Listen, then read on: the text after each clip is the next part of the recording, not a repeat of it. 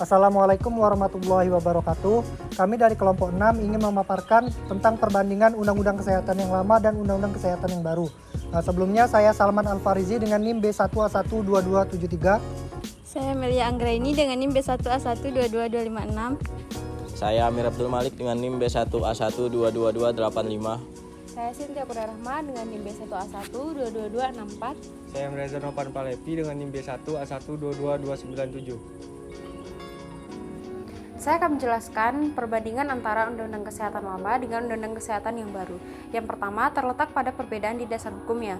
Undang-Undang Nomor 36 Tahun 2009 tentang kesehatan menjadi landasan hukum yang mengatur berbagai aspek tentang kesehatan di Indonesia, termasuk kesehatan kerja.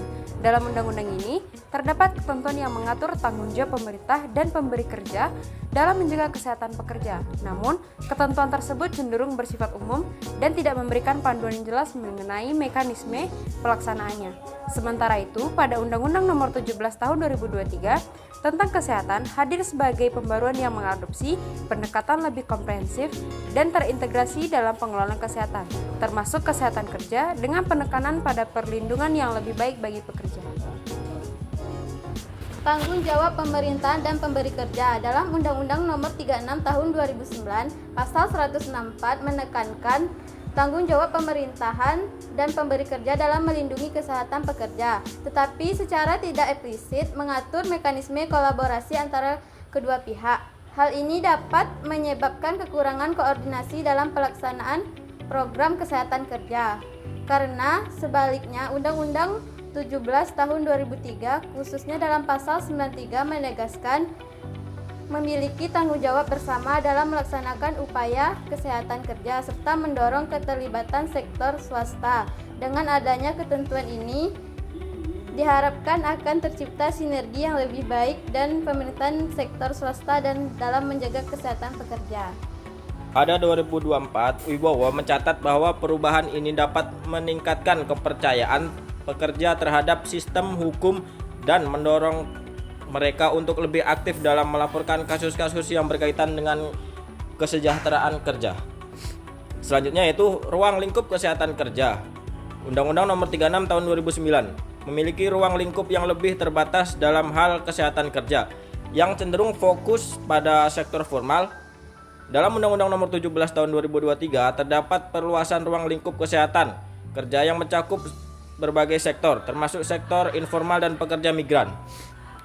Pasal 99 ayat 3 menyatakan bahwa kesehatan kerja tidak hanya berlaku untuk TNI atau Polri, tetapi juga mencakup pekerjaan lain pada matra darat, udara, dan laut seperti penerbangan dan penyelaman. Hal ini menunjukkan komitmen pemerintah untuk melindungi semua pekerja tanpa memandang sektor atau status pekerja mereka. 2. Analisis kelebihan dan persoalan. Kelebihan Undang-Undang Nomor 17 Tahun 2023. Yang pertama yaitu penerapan prinsip strict liability. Penerapan prinsip strict liability dalam Undang-Undang Nomor 17 Tahun 2023 merupakan langkah maju dalam perlindungan pekerja.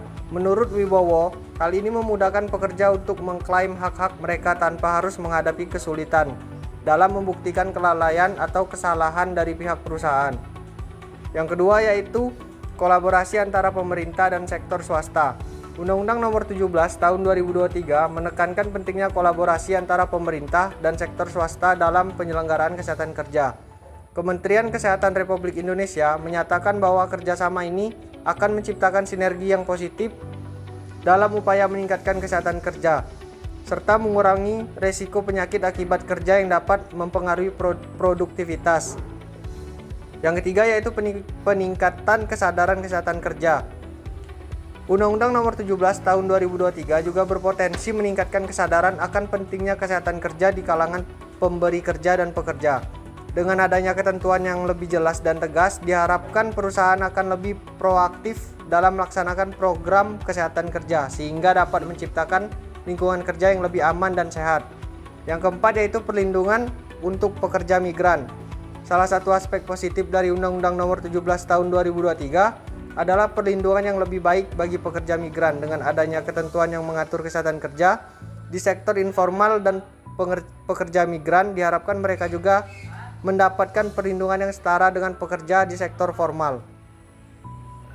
Persoalan dalam Undang-Undang Nomor 17 Tahun 2023. Yang pertama, ketidakpastian hukum. Salah satu persoalan yang muncul adalah ketidakpastian hukum akibat perubahan norma dari konkret menjadi abstrak dalam penyelenggaraan kesehatan kerja. Misalnya dalam pasal 242 ayat 3 RPP Kesehatan dinyatakan bahwa pemeriksaan kesehatan tidak mutlak diperlukan, yang dapat menimbulkan kebingungan dalam implementasi di lapangan. Nah, yang kedua ada potensi tumpang tindih dengan peraturan lain. Undang-Undang Nomor 17 Tahun 2023 berpotensi menimbulkan tumpang tindih dengan peraturan ketenagakerjaan yang ada. Nah, yang ketiga ada implementasi yang beragam. Implementasi Undang-Undang Nomor 17 Tahun 2023 di lapangan mungkin akan bervariasi tergantung pada kapasitas dan komitmen masing-masing daerah. Hal ini dapat menyebabkan disparitas dalam perlindungan kesehatan kerja di berbagai wilayah. Yang keempat ada keterbatasan sumber daya. Meskipun Undang-Undang Nomor 17 Tahun 2023 memberikan kerangka hukum yang lebih baik, keterbatasan sumber daya di berbagai daerah dapat menjadi hambatan dalam implementasi. Kesimpulannya adalah secara keseluruhan Undang-Undang Nomor 17 Tahun 2023 membawa banyak perubahan positif dalam pengaturan kesehatan kerja di Indonesia, terutama dalam hal perlindungan pekerjaan dan kolaborasi antara pemerintah dan sektor swasta. Namun, tantangan seperti ketidakpastian hukum, potensi tumpang tindih dengan peraturan lain, dan keterbatasan sumber daya perlu diatasi agar implementasi undang-undang ini dapat berjalan dengan efektif. Oleh karena itu, penting untuk melakukan evaluasi dan revisi terhadap norma-norma yang ada agar perlindungan kesehatan bagi pekerja tetap terjaga dan efektif. Terima kasih. Demikianlah pemaparan materi dari kelompok kami. Jika ada kata-kata yang kurang berkenan, kami mohon maaf. Wabillahi taufiq wal hidayah. Wassalamualaikum warahmatullahi wabarakatuh.